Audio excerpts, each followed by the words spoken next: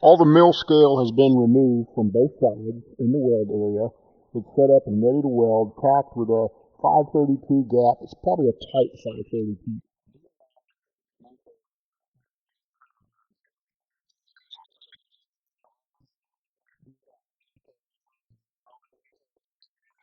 And so I've done a few of those. Now I'm trying to maintain quite a bit of upward gun angle as I go downhill with a kind of a fast wiggle side to side type motion like this. Just kind of bouncing from wall to wall. I'm not trying to take it out really wide on those walls either. If I go too wide on the walls, what will happen is the root will just be flat or be even slightly below flush on the back side. So if I don't go very wide at all and keep the wire right on the leading edge of that puddle, right on the edge of it, try to maintain the same gun angle all the way down, maintain the same stick out, don't go very wide, and don't keep the wire so far on the front that you'll shoot wire through and get whiskers on the back side. There's a quick look at the back side. Push through a little bit. It could be a little bit better. I think if I dropped voltage just a tenth or so, it might help. Now, before we do the second pass, let's talk about restarts, because sometimes you just have to stop. Something happens, you step on your MIG gun or something, and when you stop with a MIG root downhill or uphill, either one, usually it leaves a little fisheye, and you need to taper it back and grind it down at least tapered this far. It wouldn't hurt a thing if I tapered this back another quarter of an inch to give myself a nice launching pad. But here's the back side of it. You can see it warming up. Gives it a chance to warm up before it consumes that thinnest part of it. And then if you taper it back far enough, you will have a nice smooth tie-in. You'll hardly be able to tell. All right, this was done without any stops and starts, and we're going to do the second pass now. Didn't really let it cool much, just long enough to get situated. This is the motion that you're going to see on that second pass.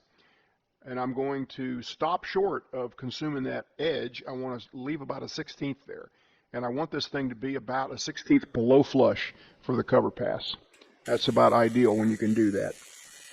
Now, some people would try to squeeze 2 fill passes in here before the cap. And you probably could, but this is 30-degree bevels here.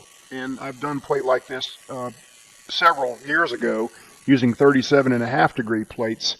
And you could probably squeeze a total of root pass, 2 fills, and a cover pass on those. This would be difficult to get that many passes in, so I'm just shooting for 1 fill. And again, I'm stopping short about a 1/16 from the edge, pausing just a little bit, not spending a lot of time across the middle, and then using that technique and keeping the arc on the leading edge of the puddle. I'm not using a whole tremendous amount of gun angle here, just a slight push. The gun is kicked back just a little bit. Straight on works fine too.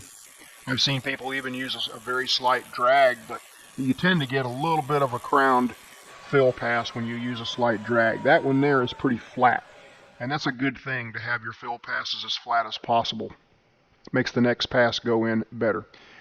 I let it cool down to about 150 degrees or so and shined it up a little bit with a wire wheel to get those silicon islands off of there.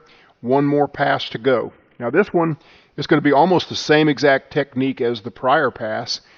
So you can do a straight Z-weave, or you can put just a little bit of an arch in the motion.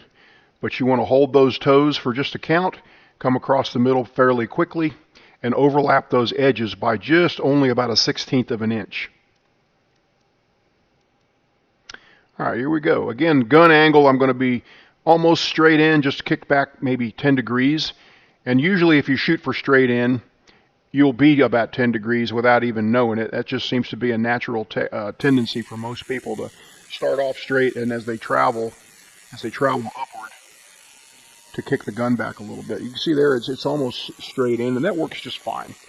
Like again, I think it's good to shoot for straight, and then you wind up being a good 10 or 15 degrees without even thinking about it. Whereas if you shoot for 10 or 15 degrees, you might be 30 or more by the time you get up the plate. And as I already mentioned, it's about 1 second per going across. Let's see. Okay. All right. 1,001, 1,002, 1,003, 1,004. Just pretty close. Again, holding the toes just briefly and not spending a whole lot of time across the middle. I'm not bouncing from side to side. I'm just not going really slow. And then I'm trying to overlap those edges of the bevel just by about a 1/16 of an inch and trying to do it the same each time. So all these things, if you do everything the same, what happens is you get a pretty uniform weld. The weave pattern is pretty uniform.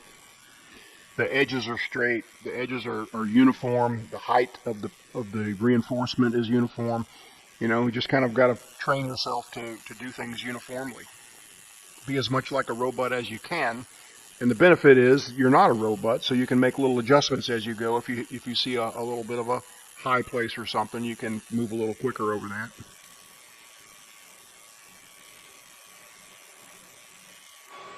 You can notice the joint next to that is all cleaned up and ready to weld. That's in case I screwed up. It usually takes me more than one shot to get something going especially when I haven't done it in a while. So I'm going to do a little cut and etch on here just to see what happened in between root pass and the second pass, and in between the second pass and the cover pass. So after setting my shirt tail on fire with sparks going the other way, I decided to try holding the grinder like my buddy JD does, and got that cut out with one of those wheels. That's a Walter zip wheel, and I got a little bit left, so that wheel lasted a pretty long time.